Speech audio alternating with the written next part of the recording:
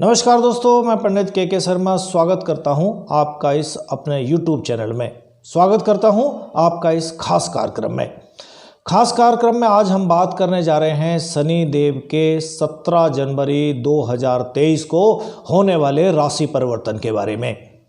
17 जनवरी को शाम 5:04 पर शनिदेव जो अपना राशि परिवर्तन करेंगे उसका प्रभाव सभी राशियों पर क्या होने वाला है, किन राशियों के द्वार खुलेंगे, किस्मत चमकेगी, किन लोगों के लिए कष्ट या दुख या मुश्किलों का सामना करना पड़ सकता है। क्योंकि शनिदेव का राशि परिवर्तन बहुत ज़्यादा सभी परिवर्तनों से, गोचर में सभी जितने परिवर्तन होते हैं राशियों के, सबसे ज़्यादा महत्वपूर्ण शनिदेव का राशि परिवर्तन होता है। क्योंकि शनिदेव को ग्रहों में न्यायाधीश का दर्जा प्राप्त है, यानी न्याय के देवता शनिदेव को कहलाते हैं। और शनिदेव का जो राशि परिवर्तन होता है, इसी राशि परिवर्तन से ढैया और साढ़े साती का निर्माण होता है। ढैया और साढ़े साती जो शुरू होती है या समाप्त होती है, जिस जातक की राशि से 12वें भाव में शनिदेव गोचर करते हैं या जिस राशि में शनिदेव गोचर करते हैं उससे 12वीं राशि जो होती है और जो पहली राशि होती है, यानी दूसरे नंबर पर जो आती है जहां शनिदेव गोचर कर रहे हैं, उससे 2 नंबर पर और 12वें नंबर पर जो भी राशियां हैं और जिसमें गोचर कर रहे हैं, वो तीनों ही राशियां साढ़े साती के चपेटे में आ जाती हैं। ढैया जिन लोगों के लिए शनि का गोचर अष्टम भाव रहता है, चतुर्थ भाव रहता है, उन दोनों राशियों के लिए ये ढैया काल कहलाता है। तो 17 जनवरी को जो परिवर्तन होना है, सभी राशियों पर इसका क्या प्रभाव रहने वाला है, पूर्व में एक वीडियो में हम मेष राशि पर होने वाले प्रभाव के बारे में बात कर चुके हैं। अब हम बात कर रहे हैं वृष राशि के जातकों के लिए कैसा रहेगा ये राशि परिवर्तन।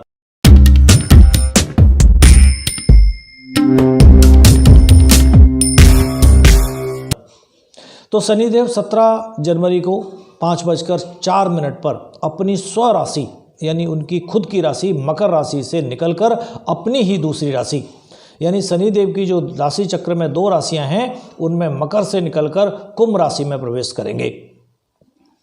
इसके बाद 30 जनवरी को यानी 30 जनवरी 2023 को ही प्रातःकाल 12:02 पर शनि कुंभ राशि में ही होते हुए सूर्य देव के बहुत ज़्यादा करीब पहुंच जाएंगे। इससे वो जो सूर्य की ऊष्मा है उसके कारण शनिदेव अस्त अवस्था में होंगे।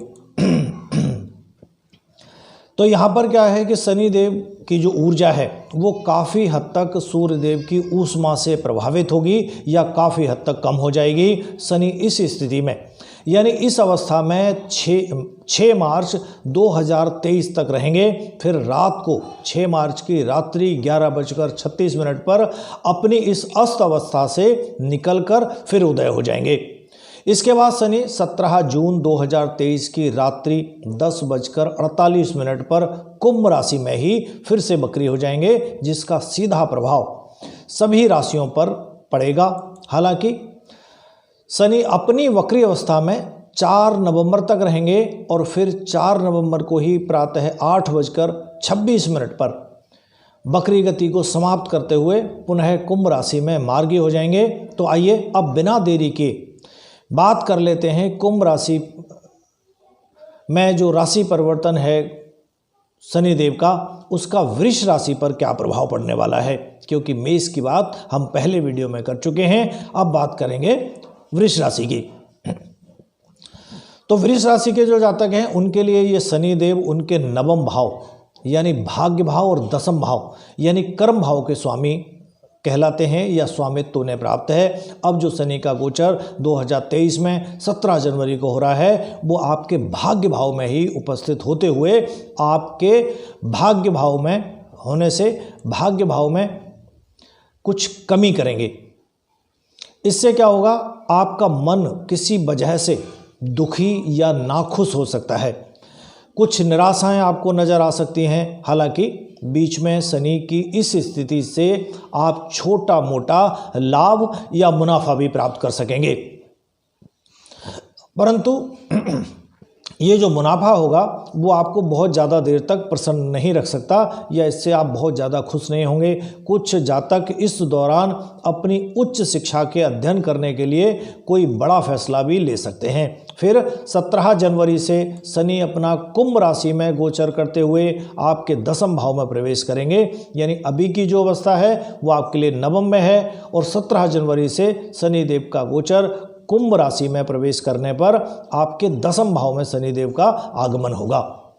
शनि का जो गोचर है आपके 10वें भाव में होने के कारण आप मेहनत करने से बचते नजर आएंगे, यानी आलस्य का भाव, काम करने में आप थोड़ी सी कमी कर सकते हैं। आलस्य बढ़ा रहेगा, मेहनत करने से आप बचने का प्रयास करेंगे।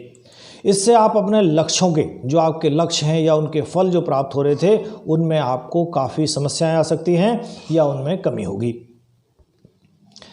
जब आप अधिक मेहनत के बाद भी उसके जो परिणाम हैं, उसका परिणाम फल आप हासिल ज़्यादा अच्छा नहीं कर सकेंगे। ऐसे में इस दौरान आप अपने आप को खुद परेशान न करके अपने आप को प्रोत्साहित करें। ये आपके लिए बहुत अच्छा एक विकल्प साबित हो सकता है, क्योंकि 22 जनवरी को शुक्र भी आपके 10वें भाव में गोचर करेंगे, यानी गोचर करते हुए वहाँ उपस्थित शनि देव के साथ एक युति का निर्माण करेंगे, जिससे दोनों ग्रहों की ये स्थिति आपके धैर्य की परीक्षा ले सकती है। फिर 30 जनवरी से शनि सूर्य द्वारा आपके 10वें भाव में ही अस्त हो जाएंगे। इसके परिणाम स्वरूप जो लोग नौकरी पेशा हैं या नौकरी पेशा जातकों को या उनके मन में अपने पद और नौकरी को लेकर किसी तरह की असुरक्षा का भाव या भय पैदा हो सकता है या बढ़ सकता है। कार्य क्षेत्र में चल रही किसी भी तरह की जो परेशानियां हैं वो आपके निजी जीवन को भी प्रभावित कर सकती हैं। आप उन समस्याओं के कारण तनाव और बेचैनी में रह सकते हैं या तनाव और बेचैनी महसूस हो सकती है। इसी बीच 13 फरवरी 2023 को जब सूर्य भी जब कुंभ राशि में गोचर करते हुए आपके 10वें भाव में प्रस्थान करेंगे, तो वहाँ पहले से ही उपस्थित सूर्य के साथ शनि की युति बनेगी। सूर्य ग्रहों सूर्य शनि के कर्म भाव में बनने वाली इस युति के कारण अगले 30 दिनों तक आपके जीवन का जो संघर्ष है वो ऐसे कह सकते हैं कि कई गुना बढ़ सकता है। इस समय आपके पिता को भी किसी तरह का स्वास्थ्य से संबंधित समस्या या कष्ट संभव है। साथ ही आपके भी साथ उनके जो संबंध हैं वो भी प्रभावित हो सकते हैं। आपको उनका सहयोग प्राप्त नहीं होगा या आप उनका सहयोग प्राप्त नहीं कर सकेंगे। कार्य क्षेत्र जो होगा वहाँ पर भी आपके मान सम्मान में किसी तरह की कमी देखी जा सकती है। आपके लिए ये जो गोचर है वो 6 मार्च से आपके 10वें भाव में अपनी अस्त अवस्था से निकलकर शनिदेव फिर उदय होंगे। तब आपको कुछ समस्याओं से, यानी इन सभी समस्याओं से राहत मिलने की संभावना बनेगी। इस दौरान आपके बड़े, जो आपसे बड़े होंगे, चाहे वो आपके अधिकारी हों या आपके परिवारीजन हों, वो आपको मेहनत करने के लिए प्रेरित करेंगे। साथ ही 27 फरवरी से 16 मार्च तक 10वें भाव में ही बुध शनि की युति बनेगी। चूंकि बुध और शनि मित्र ग्रह हैं, इसलिए इसका 10वें भाव में होना आपका जो कार्यस्थल है वहाँ पर पद और प्रतिष्ठा बढ़ाने का कार्य करेगा। खास तौर से व्यापारी के जो जातक हैं या जो व्यापारी वर्ग के जातक हैं, उनको इस दौरान अत्यधिक लाभ मिल सकता है। इसके बाद 17 जून से जब शनि आपके 10वें भाव में ही अपनी वक्री गति शुरू करेंगे, तब आपको थोड़ा सा संभल कर रहने की जरूरत होगी। खास तौर से हर कार्य को, यानी किसी भी कार्य को जल्दबाजी करने से बचें।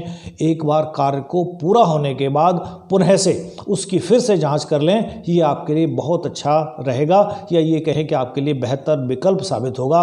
कुछ जातक समाज के कई प्रसिद्ध लोगों के, जो प्रसिद्ध लोग, यानी जो आपको प्रसिद्धि प्राप्त होगी, या ये कहें कि जो प्रसिद्ध लोग हैं उनके साथ किसी तरह की ईर्ष्या भी महसूस कर सकते हैं, जिसके कारण आपके अंदर, क्योंकि सफल लोगों को देखने के बाद आपको ईर्ष्या या हीन भावना की जो एक संभावना बनती है, वो भी जन्म लेने की आशंका उस समय पर बनी होगी।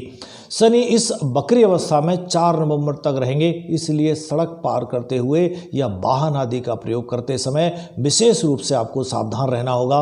साथ ही इस दौरान बकरी शनि की तृतीय दृष्टि आपके 10वें भाव पर होगी, जिसके फलस्वरूप आपको कोई बड़ा नुकसान होने की संभावना अधिक रहेगी। इसलिए किसी भी प्रकार के लेन देन के दौरान आपको अधिक सतर्कता बरतने की हिदायत दी जाती है। साथ ही जो शादीशुदा जातक हैं उन लोगों के दाम्पत्य जीवन पर उन्हें बहुत ज़्यादा उचित ध्यान देने की आवश्यकता होगी, या ये कहें कि आप उस समय प्रयास करते हुए भी उचित ध्यान नहीं दे सकेंगे। फिर वर्ष के अंतिम 2 महीने यानी नवंबर और दिसंबर में आपकी जो मेहनत है उसका फल मिलने के योग बनेंगे, क्योंकि 4 नवंबर से 10वें में शनि पुनः मार्गी होंगे और आपकी जो समस्याएं हैं उनमें कुछ हद तक राहत देंगे। इसके साथ आप उन सभी कामों को पूरा करने में सक्षम होंगे जो पूरा करने में आपको पहले या पूर्व में समस्याएं आ रही थी। हालांकि शॉर्टकट अपनाने से आपको इस समय बचना होगा, या ये कहें कि उस समय बचने का प्रयास करें। एक और ध्यान रखें कि तली भुनी चीज़ें उनका सेवन अधिक करना भी आपके लिए स्वास्थ्य के लिए हानिकारक साबित हो सकता है, यानी उनसे बचकर रहें। उपाय के तौर पर आप प्रत्येक दिन सूर्य देव को जल यानी अर्घ दें या उनको जल अर्पित करें, और हर शनिवार के दिन पीपल के वृक्ष के नीचे शनिवार को शाम के समय तेल का दीपक जलाएं और पीपल के वृक्ष की संभव हो तो 7 बार बिना छुए परिक्रमा करें। ये दोनों ही कार्य आपके लिए जो शनि का गोचर है उसको अनुकूल बनाने में मददगार साबित होंगे। दोस्तों, यदि आपने हमारा चैनल अभी तक सब्सक्राइब नहीं किया है तो कृपया तुरंत करें। साइड में लगे हुए बेल आइकॉन को दबाएं। वीडियो को दूसरों के साथ भी शेयर करें ताकि दूसरे लोग भी इसका लाभ उठा सकें। अभी हम बात कर चुके हैं पूर्व में मेष राशि की, अब हमने बात की है वृष राशि की। आगे अन्य वीडियो में बात करेंगे बाकी अन्य राशियों की, यानी मिथुन राशि से लेकर मीन राशि तक के सभी जातकों के लिए इंडिविजुअल यानी अलग अलग वीडियो में। चलिए आज के लिए इतना ही, आज्ञा दीजिए, नमस्कार।